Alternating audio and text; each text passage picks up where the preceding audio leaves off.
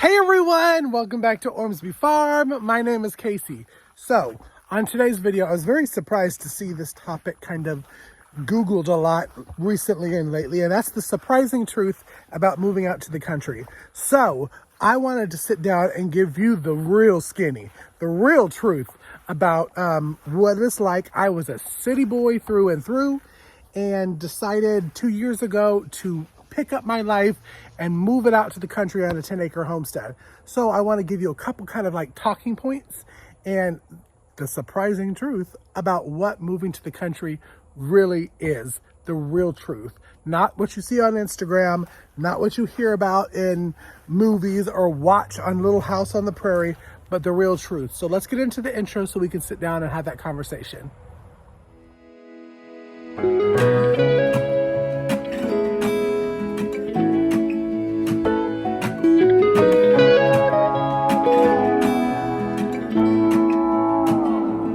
I'm coming home.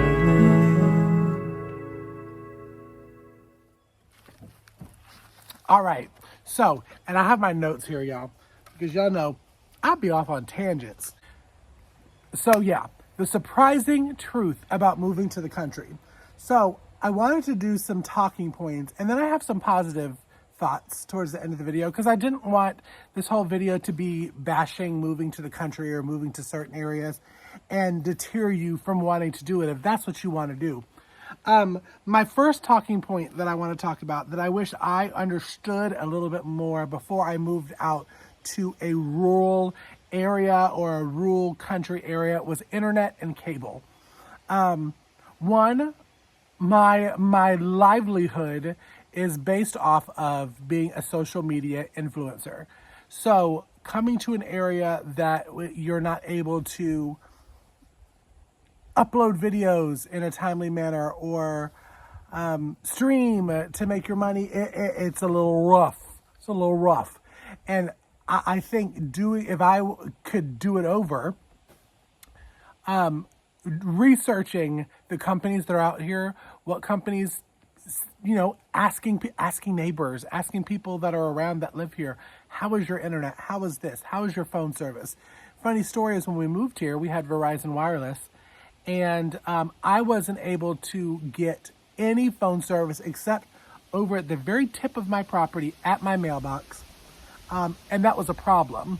And then we were able to switch to AT&T, which the phone service has been pristine since then. So it's knowing these type of things that will make your whole life easier, because for the first year, it was a struggle. It was a struggle not being able to call, not being able to talk to friends or to family or whatever, or if there was an emergency, not being able to reach anything. So that would be my kind of first surprising truth is most of the time, they do us rural people real dirty, and they don't give us the best internet or the best cable. Just saying. They don't. Don't think you're going to be coming out to the country and getting pristine cable. Most of the time, it's a satellite cable that you're going to get, because our internet's not that great. You can't stream. And if somebody farts wrong with satellite, cable's out. Lights out kind of thing. You know what I'm saying? So do your research. That's one of the surprising truths that if you don't care about the internet and cable, then this is wonderful for you. This is heaven. But for safety reasons, you have to be able to have some type of communication with the outside world. So that would be my number one surprising truth of rural area.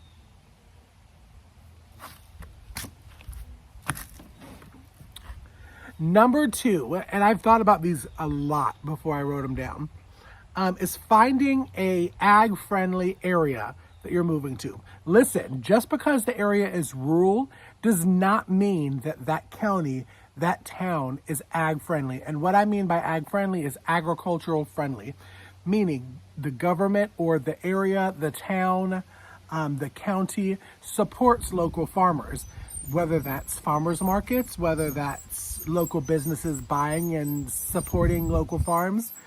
That is a big thing for rural areas, because most of the time when you're coming out to a rural area, you're wanting to homestead. You're wanting to be able to grow your own meats and your own vegetables. And when you do that, you have a lot of extra and you want to be able to make some type of a small little income. I wish I knew the area that I am before I moved. That is not very ag friendly. I've been here for a little over 2 years now, and it puts on a facade of being ag friendly, but it's not. There's no support for farmers out in this area. It's kind of like towns in The Walking Dead, and nothing there. And that brings me to my next one, is a social life. Don't think you're coming out to the country and having this booming social life if you don't research the area first. I wish, again, I knew the area where I moved a little bit better before I purchased my home, to know that jobs. Even if your homesteading is strictly a hobby and you're wanting to still work full time for somebody else, not having good internet, it's a bummer. So you can't really do the remote.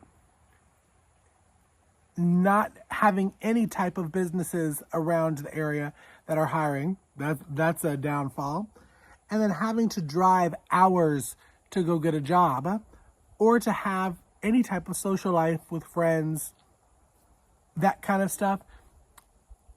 Know where you're moving for your social life, because rural is just how it sounds. It's very rural. It's very unpopulated. And again, if you're not wanting that type of social life, if you want to be left alone kind of thing, then rural really is for you. But at some point, you may want to go have coffee with a friend or meet somebody somewhere. It's very hard to do that in certain areas where there is nothing to do. Nothing. And that's one of the surprising truths, is I think people glamorize country living and think that it's all these little small towns that you see on television shows, and it's really not. Not everybody in this town goes and hangs out at a coffee shop. It's just not real. It's just not how it works. And maybe in some little towns, but again, doing your research and knowing where you are moving, it's a big thing. So those were kind of like my two together, is social life and ag-friendly area. But another one, because you're so remote, you're so rural, is you need to know certain skills before coming onto a country or coming onto a homestead area. Finding certain trades are very hard. Builders, electricians, plumbers, heck, even hairdressers are hard to find in the areas. So you either need to have something planned of what you're going to do, or you need to be okay with spending 7 to 8 times more money hiring people out to get the job done. And that's what we had to do here. I didn't have the skills of drywalling, or really even the want of remodeling all of the rooms inside, to where we had to pay over 8 times more what we would have paid in a bigger city. Yeah? And if the research would have been done beforehand, you would have known that there's not a lot of people in this area that do that type of stuff, nobody that you really can trust. So you may want to look at a different area. But shoulda, coulda, woulda, that's another thing, is to learn skills. If you're wanting to come out to the area, surprising truth is there's not going to be a lot of those tradesmen around. And you're either going to have to go without, or you're going to have to learn to do it yourself, or you're going to have to just be okay with paying a buttload of money for somebody to come out and do it. I got, when we were shooting our podcast, which I'll leave it right here, our homesteading podcast, Round the Hay Bale, I think it was around season 2, we were talking about homesteading, starting your homesteading 101. And one of my dear friends and co-hosts, Alicia over at Country Mama Musing, said is that her and her husband were able to rent in the area where they were looking before they purchased their house. And that is a great advice to give if you can. Now, I know that it's not feasible for a lot of people to be able to do that, but let me tell you, after 1 or 2 months, you know the real true colors of the town where you live. You know what's going on, because that's the only thing people talk about is everybody else. You know what's happening, and then you'll be able to decide, is this really where I want to get a 30-year mortgage? Or is this really where I want to plant roots? So that's a good option if you can. Rent or go out and stay for a while. If you have a camper, pulling a camper to local campsites that are close by and staying there. A lot of campsites do long-term stays. I think that is one. But I did also promise that I was going to give some positive notes too, because I don't want you to think that I don't enjoy living out here in the rural country area that I do, because I do. I wish it was in a different area. I wish it was in a different county. But my two kind of pluses for the surprisingly a truth about homesteading is the peace and serenity you get with living on acreage, with living in the country.